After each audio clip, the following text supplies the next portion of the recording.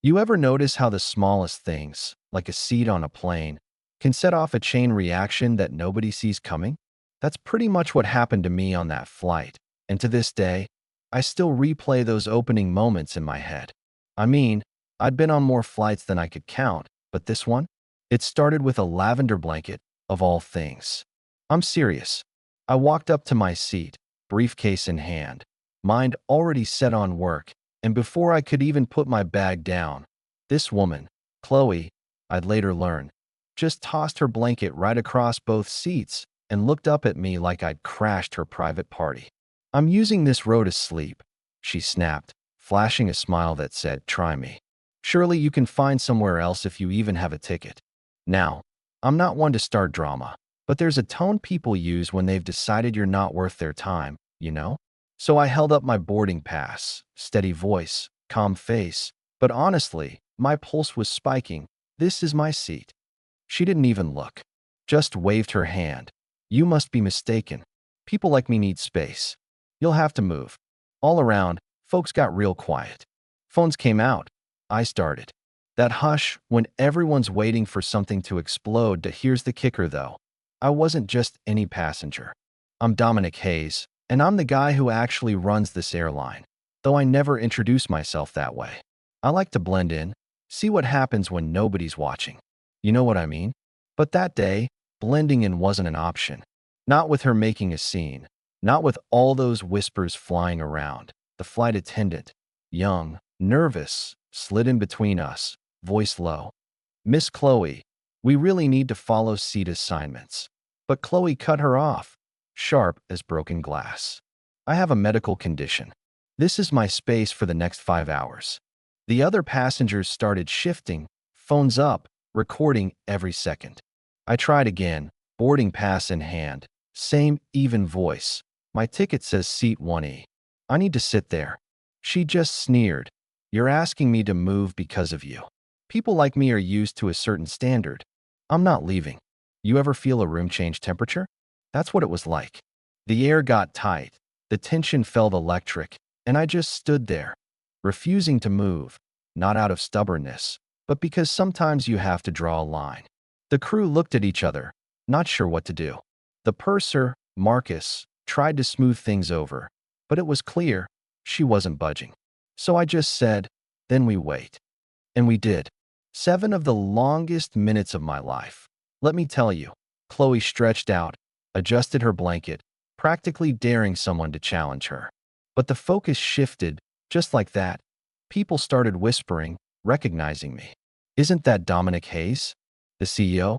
Once my name was out, you could feel the current flip in the room. Suddenly, the woman who'd acted so entitled was squirming under all those stares. Now, here's where it gets wild.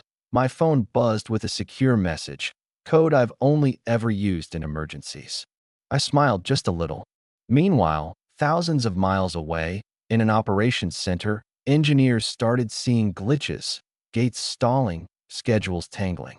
All because I refused to let one person bulldoze over basic respect. On board, Chloe started to lose her cool.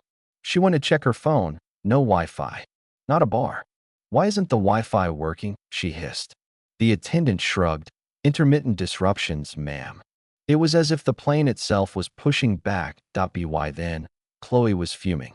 She jumped up, demanded to be let off the plane. Marcus, the purser, kept his cool. "Please remain seated, ma'am. We're under restricted movement until further notice." Her glare could have cracked the windows. But the shift was complete. The cabin no longer revolved around her drama. People started speaking up. "Is this delay because of her?" someone asked. "No, it's because of what she did," another replied, louder this time. Then, over the intercom, the captain announced, "Due to operational review, the current flight crew will temporarily disembark. We ask for your patience and cooperation." I mean, you could have heard a pin drop. Passengers looked at each other, some filming, some just soaking it all in. Chloe tried to rally support. "This is because of him. Because of that man." But nobody was buying it. "You took 2 seats and refused to move," a guy said flat out. "It's about respect." Twist came when Brian Arrow, the VP of corporate risk, boarded, took a look around, and made the call. Return to your seat, ma'am. And just like that, Chloe's confidence shriveled. She sat down, staring at her hands. The fight drained out of her. I took my rightful place in 1E, and the plane finally started moving again. But outside that window, I knew something bigger was underway. System glitches at airports, delays stacking up. A message was spreading. Dignity matters, and sometimes the quietest stand echoes the loudest. My tablet buzzed with social media blowing up. Hashtag Flight 3921. Hashtag Dignity in the Sky. Stories flying faster than we could. What's funny is, I never once raised my voice, never made a big scene. But the crew changed. You could see it, the way they walked, the way they handled passengers, the way everyone started demanding accountability. Chloe's threats went nowhere. Law firms stopped returning her calls. Her power evaporated in real time. By the time we took off, people applauded, not for the pilot, but for what that stand meant. Weeks later, our airline rolled out new policies, transparency scores, anonymous feedback, mandatory crew training. All because of that one flight. I turned down every award. I like to think real change doesn't need a spotlight. For Chloe Whitmore, though, the courtroom was her last stage. Her case fell apart. Her privilege no longer protected her. The lesson hung heavy. You can't hide behind entitlement forever. The skies themselves seemed changed, lighter somehow. Passengers looked at each other differently after that, nodding, smiling, quietly acknowledging that something had shifted for good. Truth is, that flight was never about just one seat. It was about drawing a line against the small daily acts that chip away at dignity. Sometimes you have to be the one who doesn't move, because when you stand up, even silently, you give others the courage to expect better, too. And you know what? That's how real change takes flight. Let me throw this out to you. When was the last time you witnessed a small act of courage ripple into something bigger?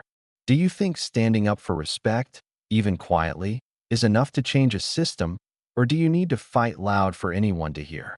Share your take below, because honestly, I think it's these moments, quiet or loud, that shape what kind of world we all end up living in.